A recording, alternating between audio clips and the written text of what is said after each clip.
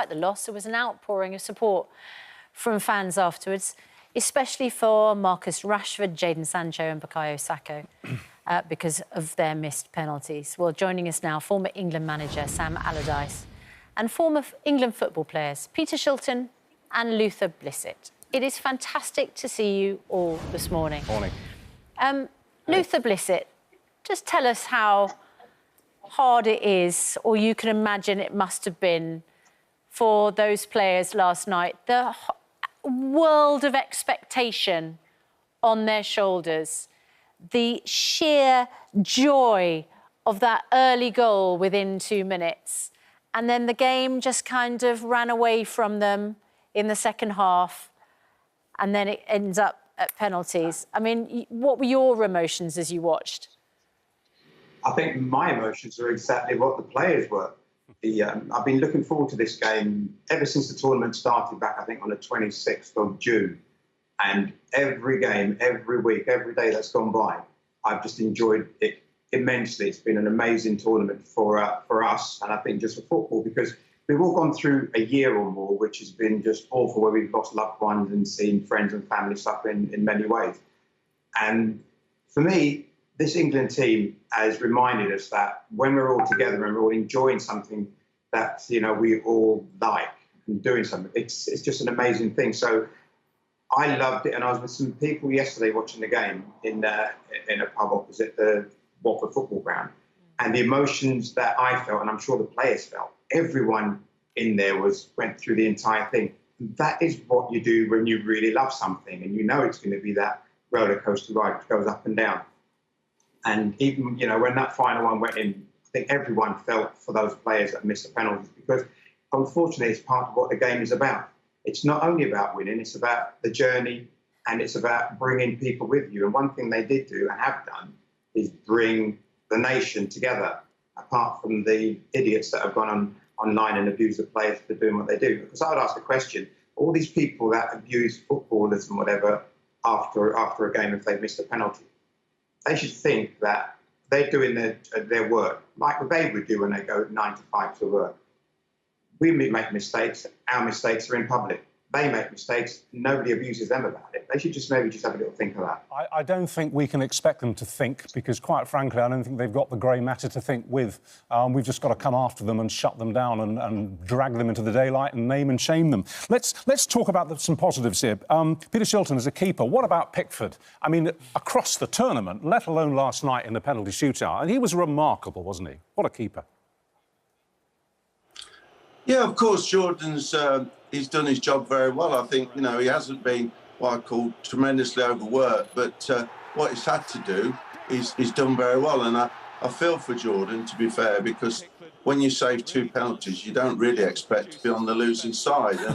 And, you know, he has, you know, he did make a couple of good saves. I'm not sure what happened with the last one. I was in the stands, I couldn't see it, but it seemed to hit the post and rebound back to him. Yeah. But, no, he's made saves at the right time, and you know, that's all you can expect from your goalkeeper.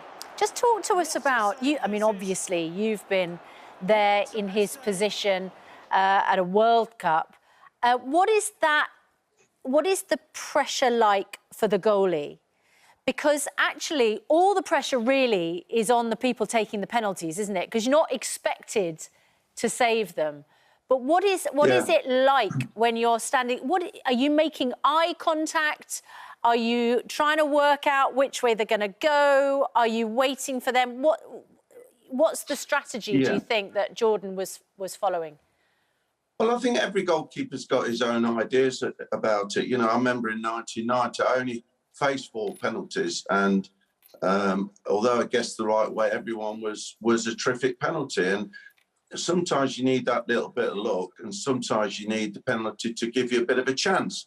And I thought, you know, quite a few of the, you know, the penalties, Jordan, I think, went to his left the right way. And then, you know, I think he went to his right and hit the post and came back onto him. And, yeah, it is a bit of luck, but also, you know, from a goalkeeping point of view, you've just got to really make your mind up where it's going to go. I think in one penalty, Jordan went very early and it more or less went down the middle of the goal. Yeah. So you need that little bit of luck, really. I mean, their keeper obviously made some tremendous saves as well. So it was a good night for them, really. But like I say, I think Jordan would feel a bit aggrieved that he saved two and we didn't end up winning. I think we all feel a bit aggrieved about that. I thought when he made the second save, I thought, we're in this then. I think we're going to go. But no, it just wasn't to be.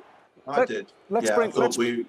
Let's bring Sam in now. Sam, look, I'm going to hold my hand up to this. I am a lifelong optimist, and actually following England for the last half century, you have to be, don't you?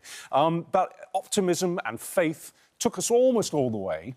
And I'm just looking ahead to next year. Would you agree that we're probably in a better position to do incredibly well in the next World Cup than we have been for the last 50 years? Because we've got a young team that's seasoned now, and we've got a brilliant manager. There's no doubt about that, Richard. I think that this obviously in the end bitter experience hopefully will make them stronger mentally for the World Cup next year. But I think we've got to see that from the World Cup last time, they've progressed. I know this is disappointing this morning that we haven't gone farther and won the final, but we got the semi-final in the World Cup last time, and now we've got to the final of the Euro 2020 Championship this year.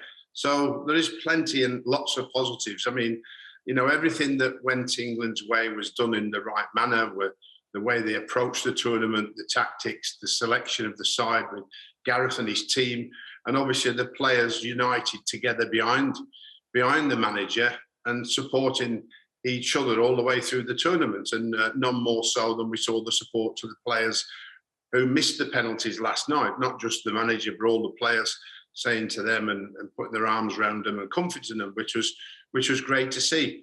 And then in the end, obviously, we were all disappointed. We were all very excited. Most of us thought we were going to go there to Wembley last night and win it. And particularly after the start, we got 2 minutes, fantastic goal, and really did look like it was going to be our night. But in the end, we have to give the Italians a little bit of credit because they played their way back into the game. And obviously for us, it ended the wrong way, but the right way for the Italians. So it was a great shame, but it was a great night. It was a great tournament, apart from a few idiots, of course. And we must look at the positives and move forward with this young England side to say they will get better and stronger, hopefully, for the future. Luther, you played in Italy. They're quite a physical. It's quite a physical style of play, isn't it? There's a lot of pushing and pulling. It is, well, it goes on, but you know that's the sport we're in. You get on with it, and you've got to sometimes give as good as you get. And I thought the England team did that. They dealt with situations when, you know, maybe you could say one or two crossed the mark a little bit, but, you know, they got on with it and kept their heads. And it was good to see no one getting sent off or being really lectured by the referee. And players, I think these days, they understand that. They understand what they're walking into. None of these players would have been surprised about it at all. You know, as you can see, even in that clip there, he doesn't react. And, you know, once upon a time, he may have got up and want to maybe do something silly, but, you know, you say you lay down and you get on with it because you know that the officials will deal with it. And, you know, it goes on. I have to say, I mean, most of us here on Good Morning Britain, we've been up since about 3 o'clock this morning, you know, and most of us, when we turned up earlier, we were a bit down, to be honest with you. The heads were down, you know, the feet were dragging down the corridor. It wasn't a great start to the day. But I'm sensing, I don't know if you're getting this as well, Susanna, I'm sensing, as we talk about actually all the things that we can genuinely celebrate, we're not just taking cold comforts here, we are genuinely taking an optimistic view of where the England team is and where it's going. And I can feel the mood lifting. Do you think we'll all be feeling a lot better by lunchtime? No doubt about it. The thing is, when you lose a game, I mean, even in the dressing room, you know, the players will be down when they walked in the dressing room afterwards and, you know, they've left their families and gone in the dressing room, you know, but you've got to get out of that because there's another game coming. And you learn this when you play league football because there's always another game. And through the pandemic, players have been playing every 3-4 days. So they understand that. And they gave their all. Nobody can say that they let us down in any way whatsoever. Results happen in football, and you know there's always going to be a winner and a loser. And it's not always about only the winning. It's about the journey, as I said earlier, and about you going there. They have lifted all of us, lifted this nation in what they've done. And you know we are all very, very proud of what those players have achieved, and they've put us in an extremely strong position for the World Cup next year because they will be stronger. They'll be more experienced and they'll only get better as time goes on because of their age. And we really should remember this, shouldn't we? Peter, I mean, you'll have experienced this so often yourself in your career. The bottom line is, for all the beauty and the joy of this game, it's a really cruel game, isn't it? It can be incredibly cruel, and we have to remember that, and that's kind of an overarching reality. Well, listen, there's only one side can win a tournament, but, you know, it went down to a penalty shootout, which can be a bit of a lottery. But, you know, let's take nothing away from the players. I mean, it's been a fantastic tournament for them. The fans, and as Luther said, the country's united behind them. And, you know, they've achieved an awful lot. But having said that, everybody wants to win it. You know, we're on our own soil, and it will be a disappointment. But I think, you know, going forward, obviously the side, you know, is still pretty young in many areas. And I think, obviously, in 18 months' time, we've got to look forward to the World Cup with optimism. Some of the players will gain more experience. If I had one criticism of Gareth, I just thought he should have used Jack Grealish a lot more in the tournament. You know, he should have given him more time last night. You know, the Italians, as Sam said, you know, they came back really well. I mean, gone a goal down away from home, you know, with a partisan crowd against them, and for long periods controlled the game. And I thought, you know, we just needed that bit extra to open them up sometimes. And that would be my only criticism. You know, you know, I was speaking to Sir Jeff Hurst after the game, and we were talking about, you know, penalties. And sometimes I think, you know, if you just put pace on it and hit it as hard as you can and not try and place it, sometimes, you know, the pace can beat a goalkeeper. We can all look back in, you know, on an event, but, you know, I think the lads have done a great job. And Sam, finally, a positive that you've taken out of this? Oh, I think, again, the positive, of course, is we've got to the final. We've reached something we haven't been there since 1966. I think that's something to be proud of for everybody.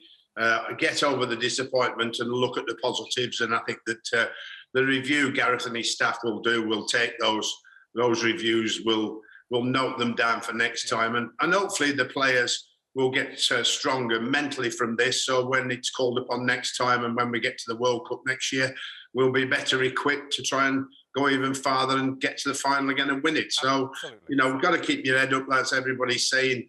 You accept the disappointment, but you get back up and it makes you stronger. And I think as a nation, we've been pretty good at that with this pandemic. Let's hope the team can do that next year and take us one step farther. Well, Peter just mentioned having a chat with Sir Jeff Hurst, who, by the way, I don't know if you saw him on ITV last night. He was doing some of the commentary on the touchline. He looks about, he's pushing 80. He looks about 50 and sounds it. He's extraordinary.